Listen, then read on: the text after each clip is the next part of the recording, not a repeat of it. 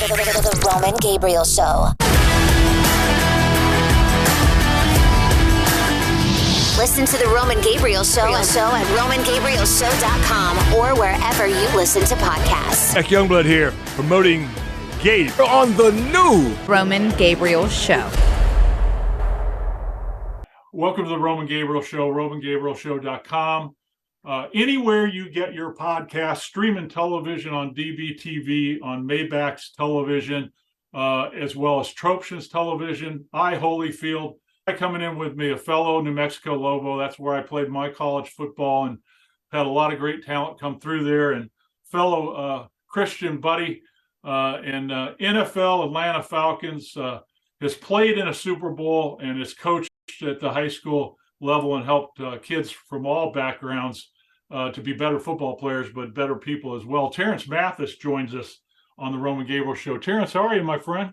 I'm good. How are you, my friend? Awesome. Looking I'm well. blessed, and you came dressed. I should have put my New Mexico hat on. I figured, you a former Lobo, I'm a former Lobo, might as well represent. This is the first year in a long time that you haven't coached high school football. So right. What's it like to have a little time in your hands? Because normally you're teaching and coaching. Well, we're empty nesters. My son is at Charleston Southern. My daughter graduated. She's out the house. She graduated at Kennesaw State University. So I'm getting a chance to court my wife again. There you go. Just us. We get a chance to have movie nights, date nights, and travels and do all these things. And that's been very, very beautiful.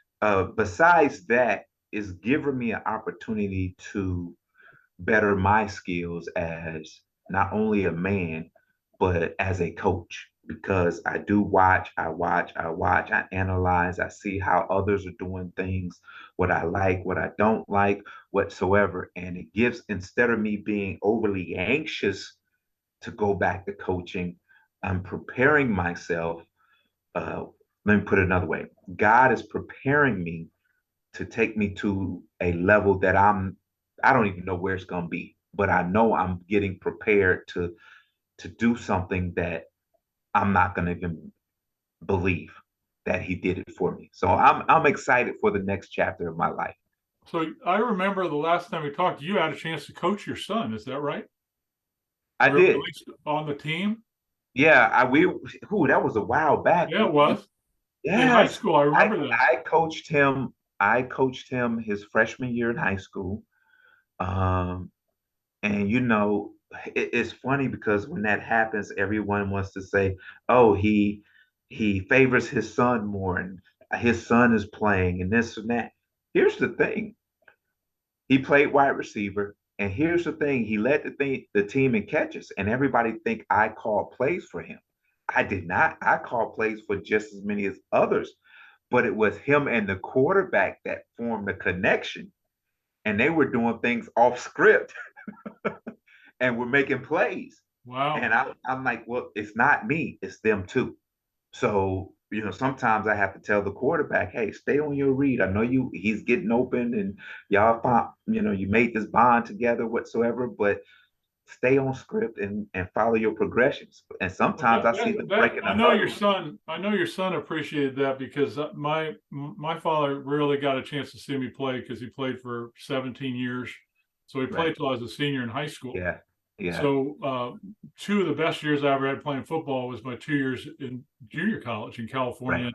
Fortunately, my dad was a volunteer coach on the staff for receivers.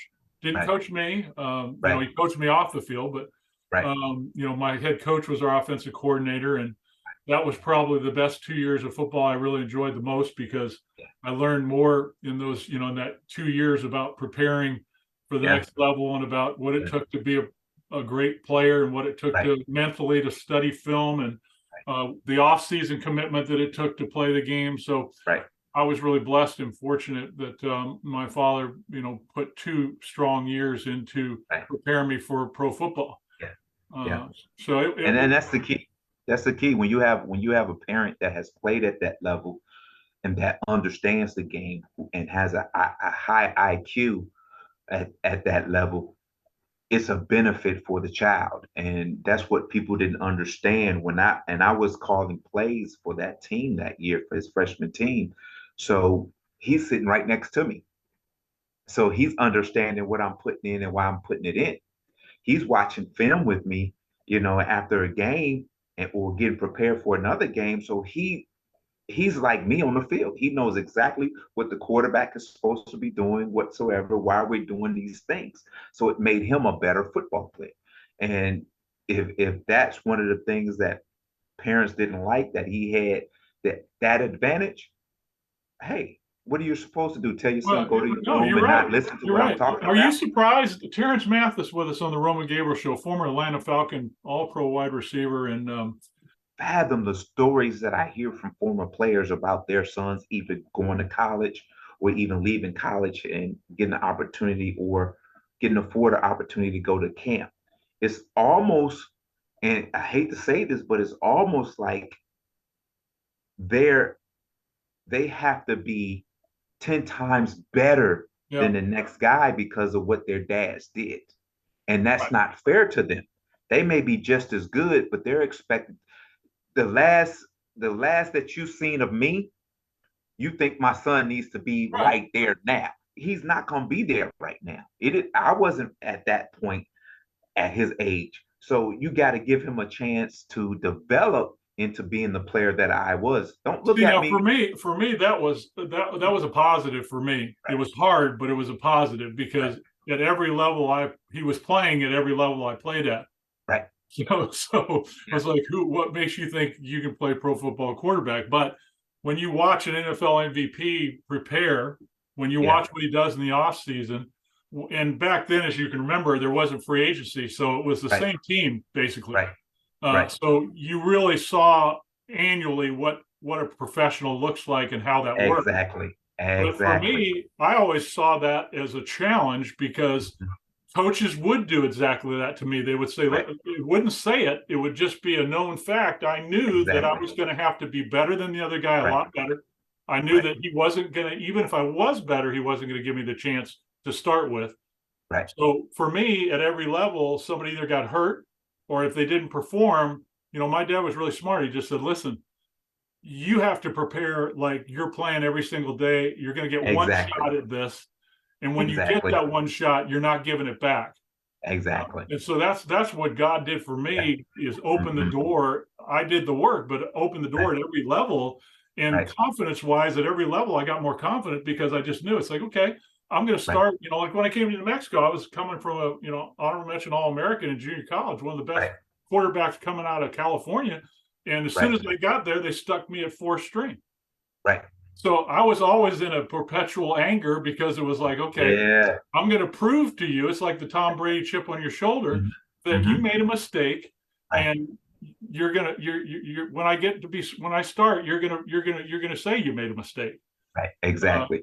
And so I get that because my son is redshirting right now and he's practicing every day. And every once in a while his coach and I have a conversation and can't believe how hard he works every single day and can't wait to see him play on Saturdays.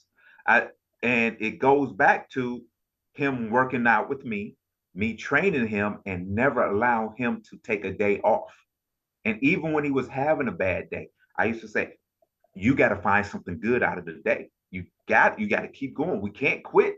The workout is not over with. Find something. You got to do something good today to feel better about coming back tomorrow.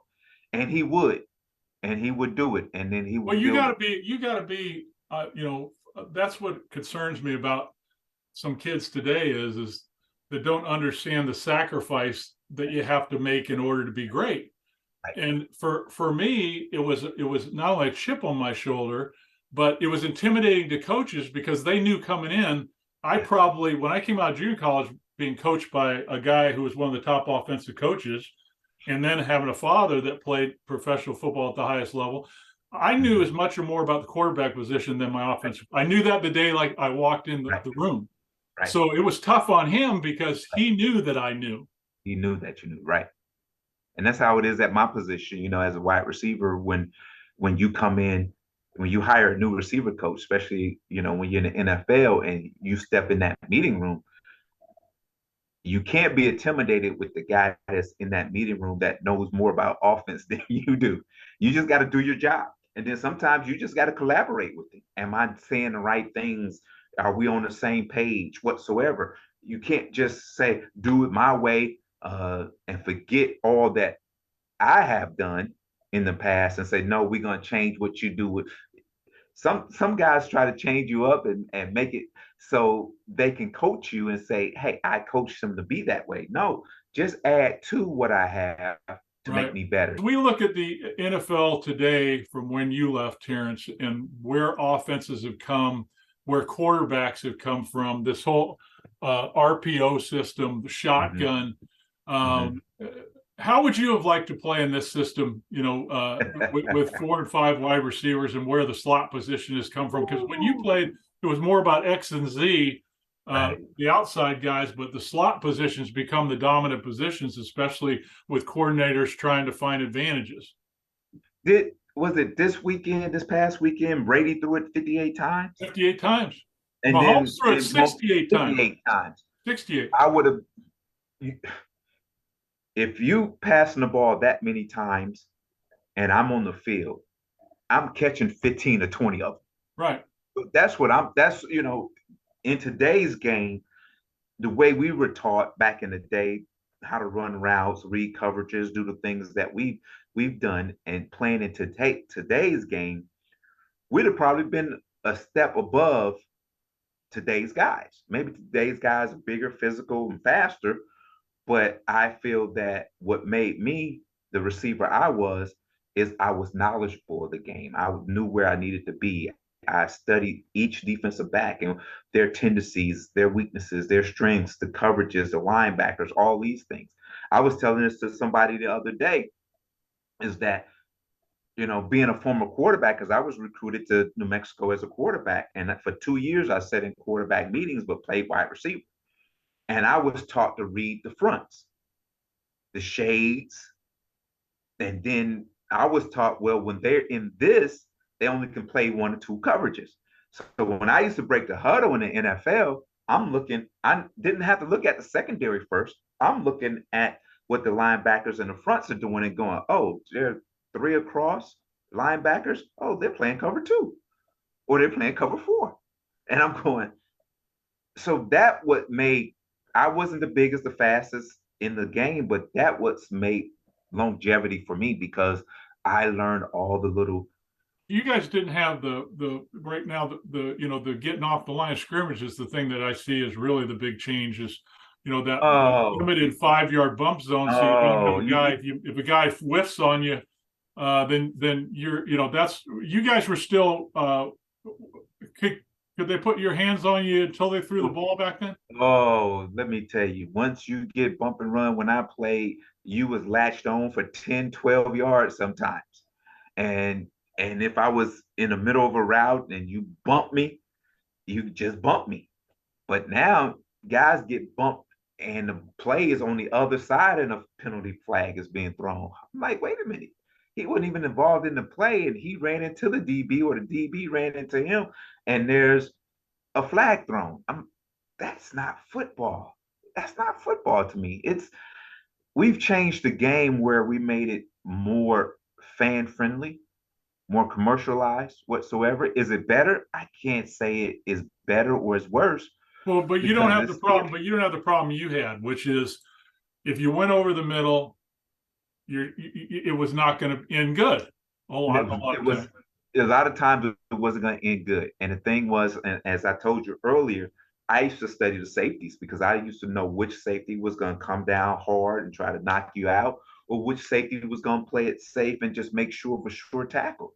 So that's what made going over the middle more a confidence factor for me, because I knew what those safeties were doing and how they would play a deep route. So today, you can just run freely in the middle of the field, catch a ball, and he gonna tag you, or he gonna just grab you and hold you. How do you feel about the controversy this year with the whole quarterback hitting the quarterback and the follow through in the quarterback and the penalties?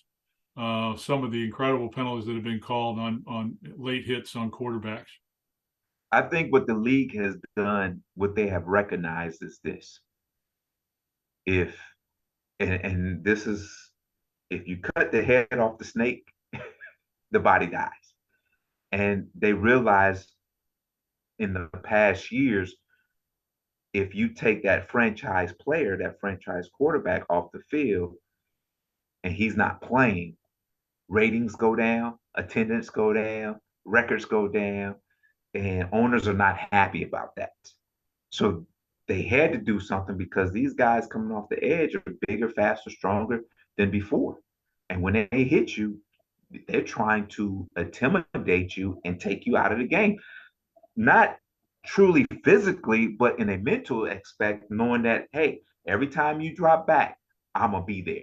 So what it's done now is make quarterbacks more comfortable in the pocket, knowing that even when I do release the ball and I do get hit, it does not, he can't follow through. And some guys get away with it, some don't. It just depends on the crew that weekend. The Roman Gabriel Show. Everybody, this is Roman Gabriel, the president of the Sold Out Youth Foundation. You know, we got a real crisis in our country right now with fentanyl pouring over the border and killing our young people by the thousands.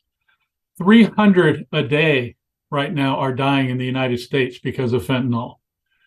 Number one killer of 18 to 45-year-olds, number two killer of 13 to 17-year-olds. We also have hundreds of thousands of pounds coming into the country in pill form that look like sweet tarts. And we are seeing kids are dying for no reason. Our government could stop this. We could get the border secure and closed down. But right now, the cartels are sending that over, the fentanyl over in every way, shape, or form. And parents, you need to be educated because they're attacking your kids on TikTok, Instagram, Twitter, on social networking. These cartels are going online and they're putting these drugs up for sale, whether they be opioids or whether it be Percocet or vape, marijuana, pain pills, you name it. The fentanyl is laced in these things. So kids think that they're experimenting. All it takes is one pill kills. So parents, you need to have this discussion with your children about fentanyl and about no experimentation. So having this discussion is so critical and could save your child's life. Remember, keep your kids safe. Go to soldouttv.com. The Roman Gabriel Show. Listen to the Roman Gabriel Show at RomanGabrielShow.com or wherever you listen to podcasts. Terance Mathis with us, Atlanta Falcons. And Terance, I'm trying to think back to the quarterbacks that you played with. Was Chris Chandler one of those guys? Yeah, we go back to my rookie year when I started with the Jets. I had Ken O'Brien and Boomer Esiason, Brownie Nago for 1 year. Then when I came here to Atlanta, I had Jeff George, and then a mixture of Bobby Hebert, and then Chris Chandler. Then my last game as a Falcon, I had Michael Vick. Oh wow! And then, so you were there when Vick was there. Yeah, and then my last year with the Steelers, you had Cordell Stewart and Tommy Maddox at quarterback. Yeah. So I played with a number of quarterbacks. Yeah, some guys, some new wave guys that today would have been. I cannot imagine Michael Vick today. Oh, I couldn't imagine today. Wow. Well, I couldn't imagine today. This game. So you played with a guy with the Jets that was extremely underrated, but one of the great quarterbacks for about 7 years in Ken O'Brien. Ken O'Brien was probably the most underrated quarterback I have ever played with, because I tell people all the time, if he threw the ball as much as the others, he'd be in the Hall of Fame right now. Were you in some of those crazy Dolphin Jet games? I was in some, yeah. I was from the 90s, from 90 to 93, I was in a couple of them. The one that, the playoff game was the craziest one. I think that was the 92 season, 91 season. It was 91 season, 92 playoffs. It was 24 seconds left in the game, and they kicked the field goal. The Dolphins kicked the field goal to go up. They kicked off to me, and I almost scored. I took it to midfield. 2 plays later, with 3 seconds to go, we kicked the field goal, tied it up, and took it to overtime. And it was one of the wackiest games. It was hot in, I think it was December, and it was just Still 80 hot, degrees. Miami. The humidity was 80, and it was hot. It was a crazy game. It was a really crazy game. For years, it the game is mostly decided on 2 or 3 plays. When two good teams playing together, it's 2 or 3 plays that decide the game. And even when there's a blowout, there's 2 or 3 plays that decided that blowout. And there it was for Brady, where he was completing balls to unknown receivers, and they were making plays, and that was the game.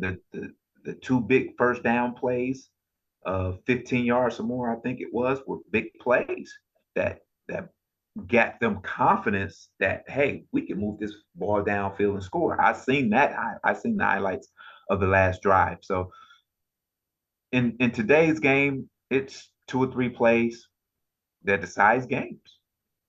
And if you've got a defense in today's game that can hold somebody to 21 or under, then you got a great chance of winning every You game. have a great chance of winning every game. If you're holding teams to under 20 points, you have a really, really good chance of getting that first round bye and making it to an AFC or NFC championship game.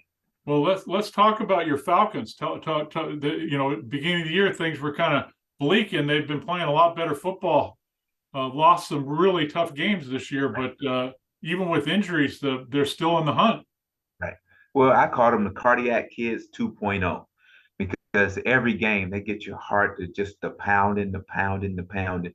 But here's the thing about this team and this organization right now is that, here in Atlanta, when we win, we're the greatest thing ever. When we lose, we're the worst thing ever. And fans get disappointed really quickly. I'm one of those guys to say your head coach is in the second year of his tenure. They got, they're retooling. I never say rebuild. You should never. That's a bad word in the NFL. Rebuild. Well, free agency has got to be retooling, right? It's retooling. You're just retooling, and this team is retooling slowly, whatsoever, and they're getting better. They're not quite there yet. If you was expecting them to be 8-1 right now, you're fooling yourselves. They're right where they're supposed to be at that 500 range right now, with an opportunity to win the division. And that's all you ask for right now. You're not worried about anything else but winning the division, because you win a division, you're in the playoffs. And that's one of the few divisions where this year, along with the NFC West, yes, you can win it. This year's. I think with the way the draft's set up now, and with free agency, and with the extra game, and the new playoff format, right? I think it brings a lot more teams in, don't you? It does. It does. You're probably gonna have an 8-9 playoff team coming from the West and coming from the NFC South.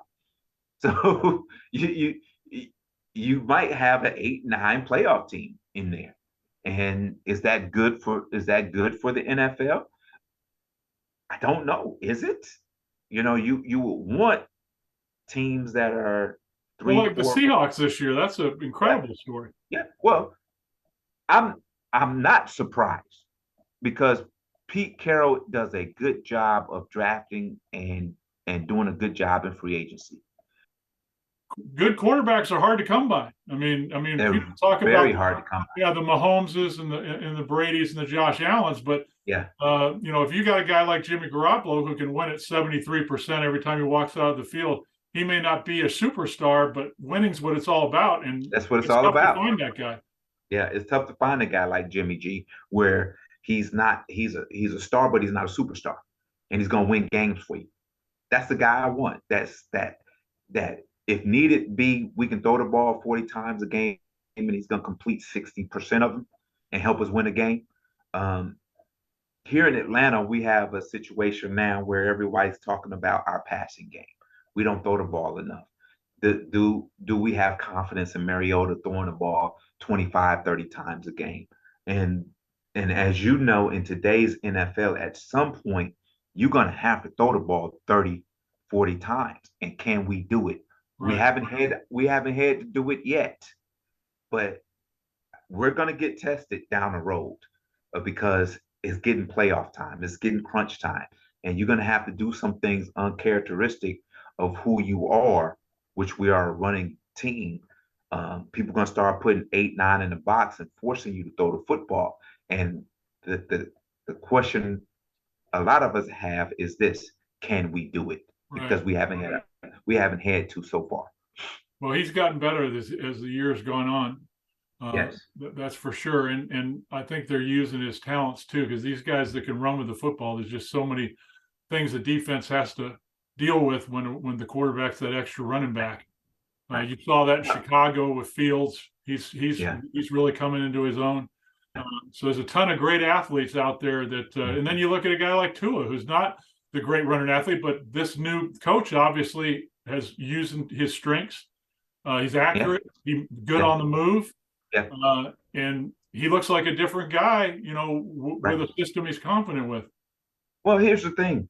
When you put other confident guys around your quarterback, he's going to play lights out. Under Green Bay, for instance, his receivers look so uncomfortable and have lack of confidence that it makes Aaron Rodgers look below average. And he doesn't help with his demeanor and his talk whatsoever, not being at OTAs and mini camp and all that stuff. That didn't help. But at the same time, as we go back to Tua, when you put Tyreek Hill and Waddle and other guys around this type of talent. The kid they got from San Francisco. I mean, they're talented all over the board. A good couple good tight ends, but the NFL, it's really interesting in the NFL what we've talked about and what you said.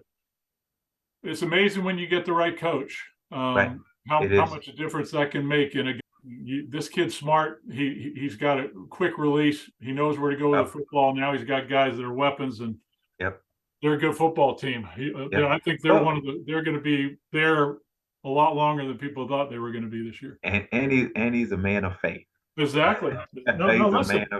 The quarterback position's got to be a guy who's stable, and it's got to be a guy who you can count on, and got to be a guy who's consistent. And we're fortunate in the NFL to have a ton of Christian athletes that, at the leadership positions, that's Cooper Kupp is that guy for the Rams. I mean, same kind of guy. Patrick Mahomes with the Chiefs. Patrick Mahomes. Mm-hmm. And when I think about Brady, he's the guy. He's that guy that. He's not too big for the locker room. He doesn't think he's too big. And he's a guy that every player rallies behind and knows that if they get him the football, he's going to have a chance to win no matter what. Right. Exactly. But it's very interesting to watch these guys. The quarterback positions become such a interesting position in the game today in terms of what's expected. And from a team perspective, how far you can go if you make a right decision and how bad it's going to be if you make the wrong one. I just thought of something as we were talking about that. You was talking about Tom Brady whatsoever, and I thought of something. I wonder, and I haven't seen it. You may have, but I haven't seen it. How many owners step out on their faith and speak openly about their faith? Do they feel that it would scare consumers off? Sponsorships off, players off, whatsoever, because you got to have, and I'm not saying all 32 owners do, but some of them got to have some sense of faith to have the success that they have in this sport. There's only one guy that I've ever been around in the 30 years I've been covering the NFL that talked openly about his faith, and that was Jim Irsay. Really? When Tony was there. Right. I mean, there's plenty of head coaches that do it over the years. A ton of them.